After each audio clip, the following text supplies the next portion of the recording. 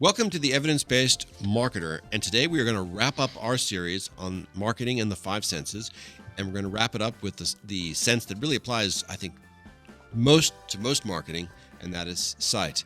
I'm William Chettle, Director of Experience Engagement here at Symmetry Partners. I'm Andrea Loyne, Digital Marketing Specialist here. As always, we're going to start with the science. Basically, your iris, that's the colored part of your eye, is kind of like a lens, and it's focusing the light through that's coming in and onto the back of the eyeball where there is the retina. And the retina is about the size of a dime, and it's filled with nearly 150 million light-sensitive cells divided between two types, rods and cones.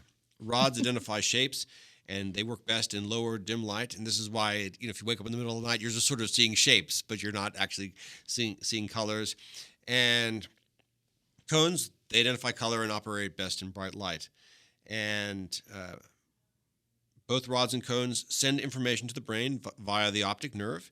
And for some strange reason, this is basically how eyes evolved. When the image gets to the brain, it's actually upside down. And the brain, I've heard that. And the brain has to perform the function of flipping it right side. They've actually done experiments where they had volunteers wear glasses that flip the image, and then when eventually the brain would actually just sort of see things flipped. When they took the glasses off, it would be seeing everything upside down. So anyway, not the most efficient way of doing things, but that's the way we're built. Every day we are bombarded by images. The average person sees more than 2,000 ads a day. And companies obviously spend enormous amounts of money trying to cut through this clutter and develop ever more striking and provocative and compelling imagery in just a simple attempt to stand out. I think it's become such a saturated part that it needs to be more about giving your customers a different point of view or perspective than just showing them bright colors and making it look nice. You have to go a little bit beyond today to really stand out. And most of us are not taught a formal grammar of visual perception, but we carry in our head a wealth of associations and perceptions and even prejudices on everything from fonts and colors to film techniques. And this is why you can look at something and say, wow, that looks really dated. And it might be hard for the average person to articulate why it's dated, but intuitively, wow, that looks really out of fashion. Yep. And, we can obviously, if you've studied this, you can say, oh, well, that font's from the 30s, that font's from the 40s, that color is very 50s. But we do have these associations. Now, well, and that's why they tell you to take a look at your brand every 2 years, right? Things are going to come in and out of fashion. And, sight is that, it's right there and it's the forefront of your brand. Take a look at your brand every couple of years and make sure you're not going to hit some of those nerves where things are out of date or people just don't like it.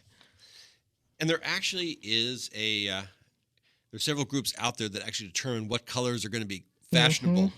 So the color marketing group is one of them, and the other big one is Pantone. Yep. And every year they release out their colors of the year.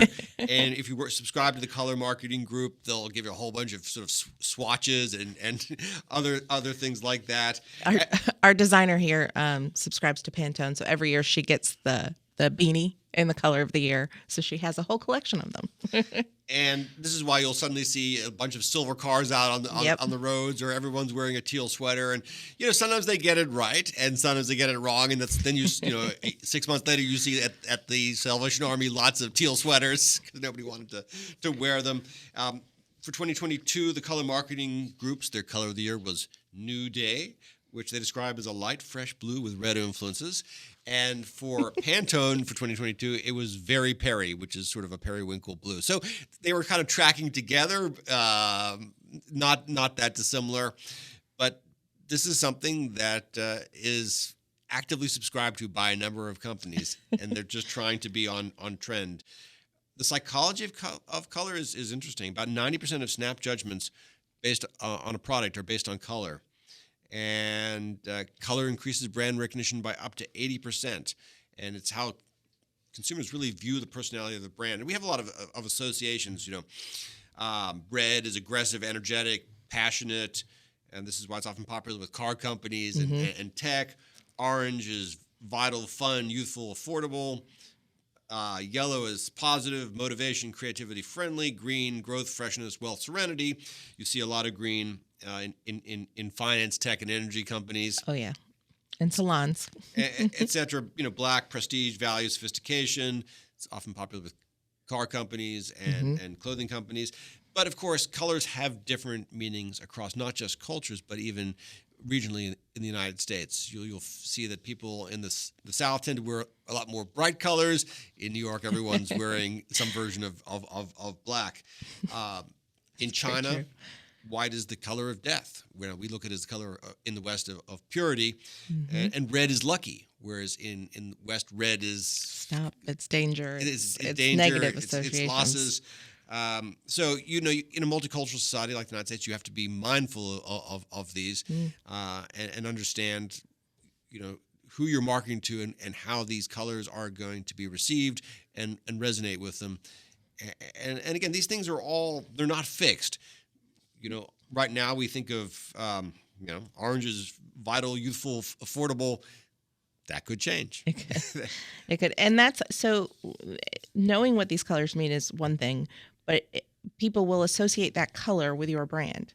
And brand guidelines are huge. So we've been working with a number of financial advisors, and when we ask them up front, what are your brand guidelines? Do you have a document that shows you what colors are used within your brand? We tend to get I don't think I have one of those. And so maybe you're using different variations of a color, and your brand doesn't have a set color that's noticeable and recognizable.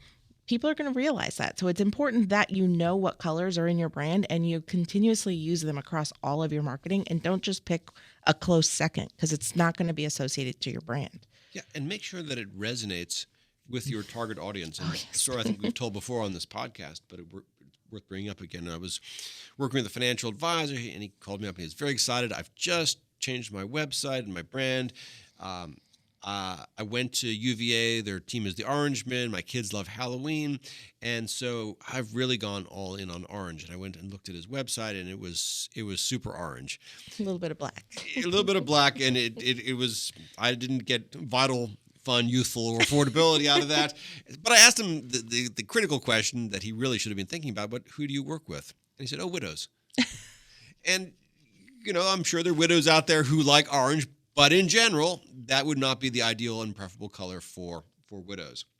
Yeah, and when you're choosing your brand and the look and the feel of your brand, it's really important to remember you do have to like it, but it shouldn't be your taste. It should be very general to what you like. It should be more the audience you're targeting out to. So if you're targeting widows, make sure that the brand you're choosing doesn't reflect only you. You want to reflect that ideal client so they feel themselves in your brand. And even elements. We have the ability in digital marketing to test everything. And I know, Andrea, that we've, for example, tested the colors of buttons that you clicked on to learn more. And what did we find? So we don't like yellow, bright yellow. It seems to scream, look at me. But we did find that having the brighter color, the bright yellow, as the main color in that button, and then the text being our standard blue, was getting far more clicks. And it's not just a small amount. It's enough to move a needle. And so while we didn't think it was the best color, it truly was the one that was eye-catching and getting the button. Yeah, and so our aesthetic opinions were, in this case, not worth considering because we had to let the data override our aesthetics. Yeah, it's and you can now add color into your subject lines. You can highlight a word with color on your website, and there's things that you can do to make people more comfortable. So picking your colors correctly, picking the words that you're highlighting with those colors correctly, it makes a difference, and you can track it all. And test it. Mm-hmm. Another thing to think about, of course, is fonts, and that's a huge conversation on its own, but they all have meaning. They all have significance. They all have cultural resonances.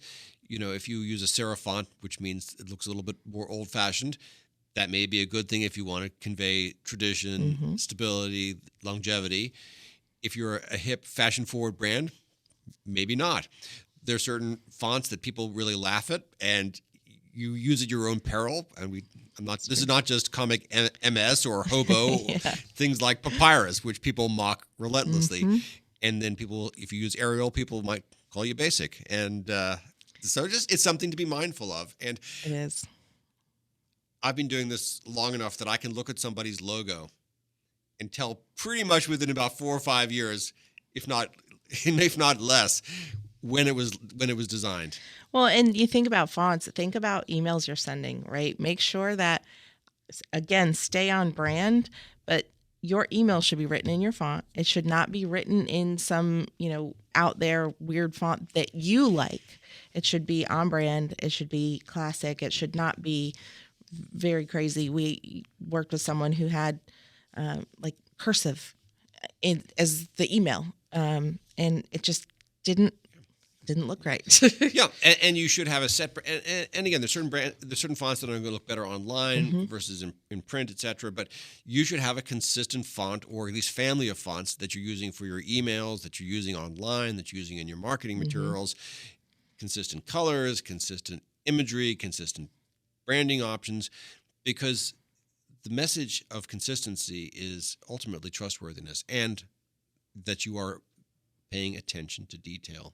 And if it's all over the map, people will come away with the unspoken assumption that maybe you're all over the map, that you're not focused, that your brand is inconsistent, that it's not thought through.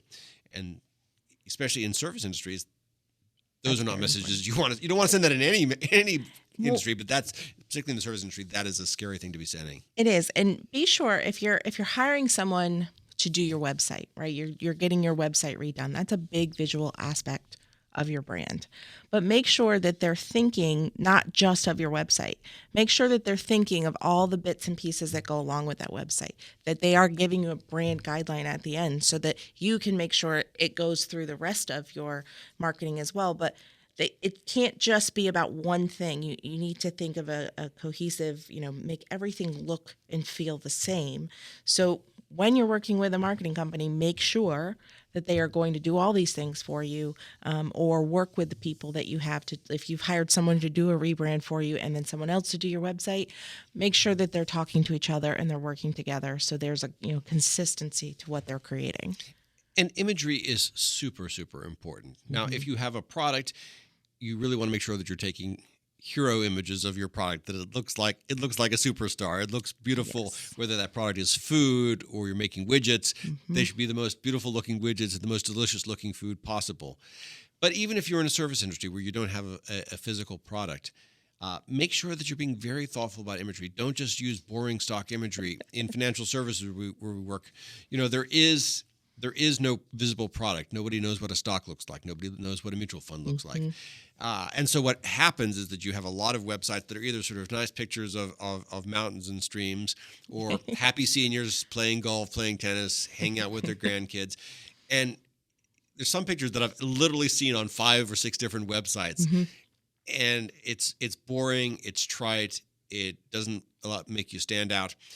And there's nothing wrong with stock photography. Just be mindful about it, be thoughtful about it.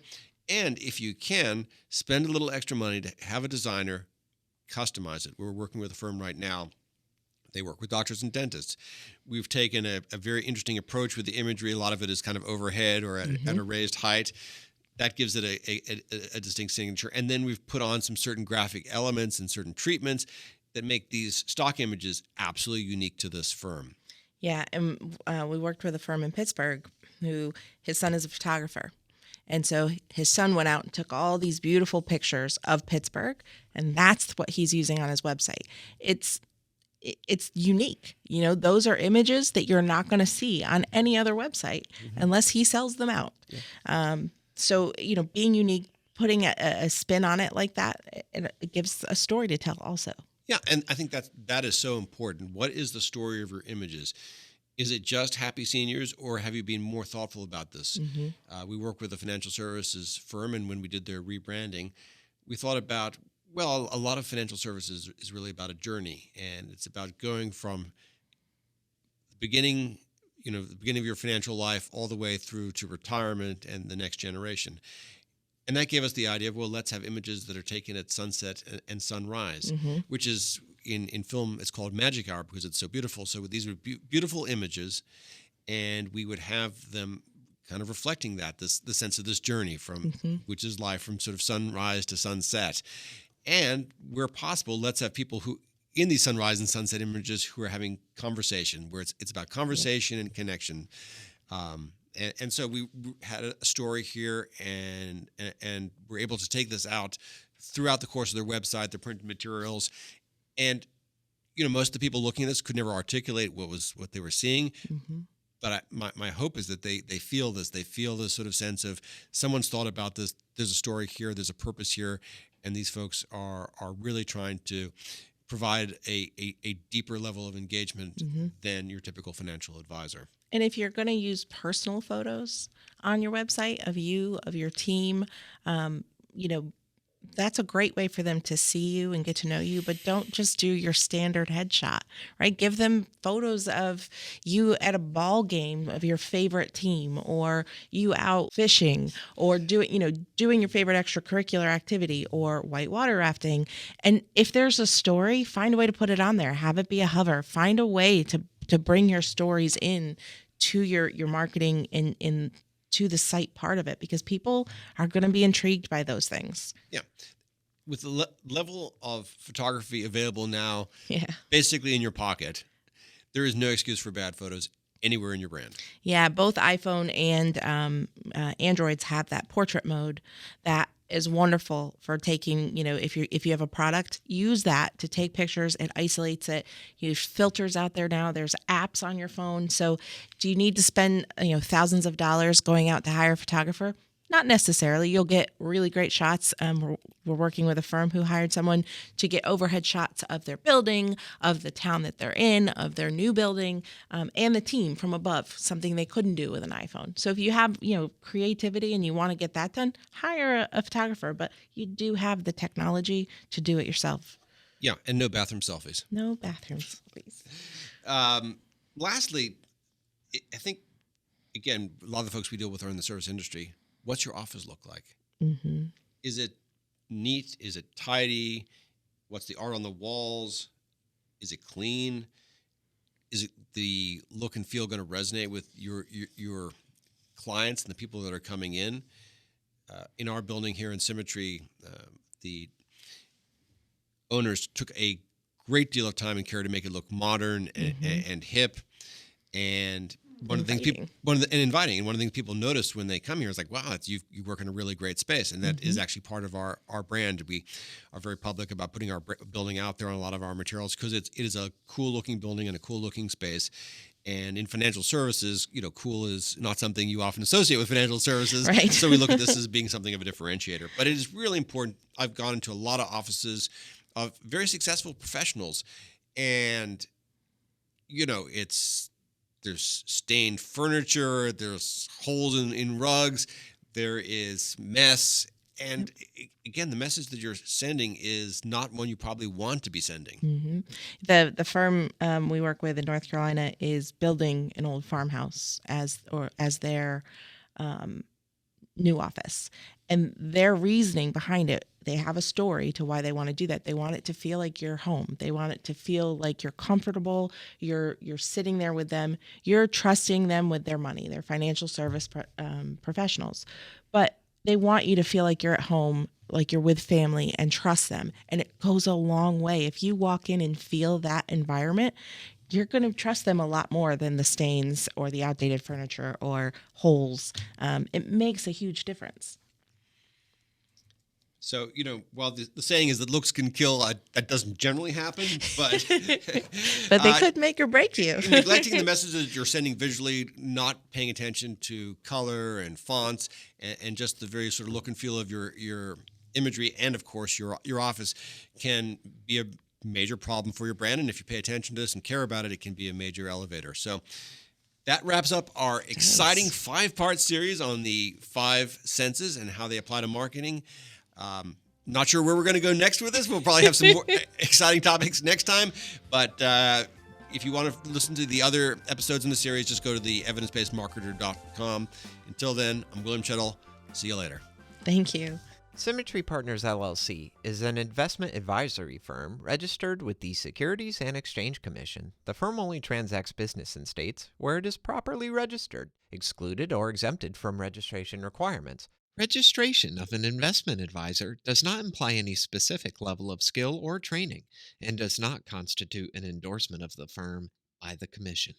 No one should assume that future performance of any specific investment strategy, product, or non-investment related content made reference to directly or indirectly in this material will be profitable. As with any investment strategy, there is the possibility of profitability as well as loss. Due to various factors, including changing market conditions and/or applicable laws, the content may not be reflective of current opinions or positions. Please note the material is provided for educational and background use only. Moreover, you should not assume that any discussion or information contained in this material serves as the receipt of or as a substitute for personalized investment advice. Please note that nothing either stated or implied on this podcast is intended to be compliance or legal advice regarding your marketing program.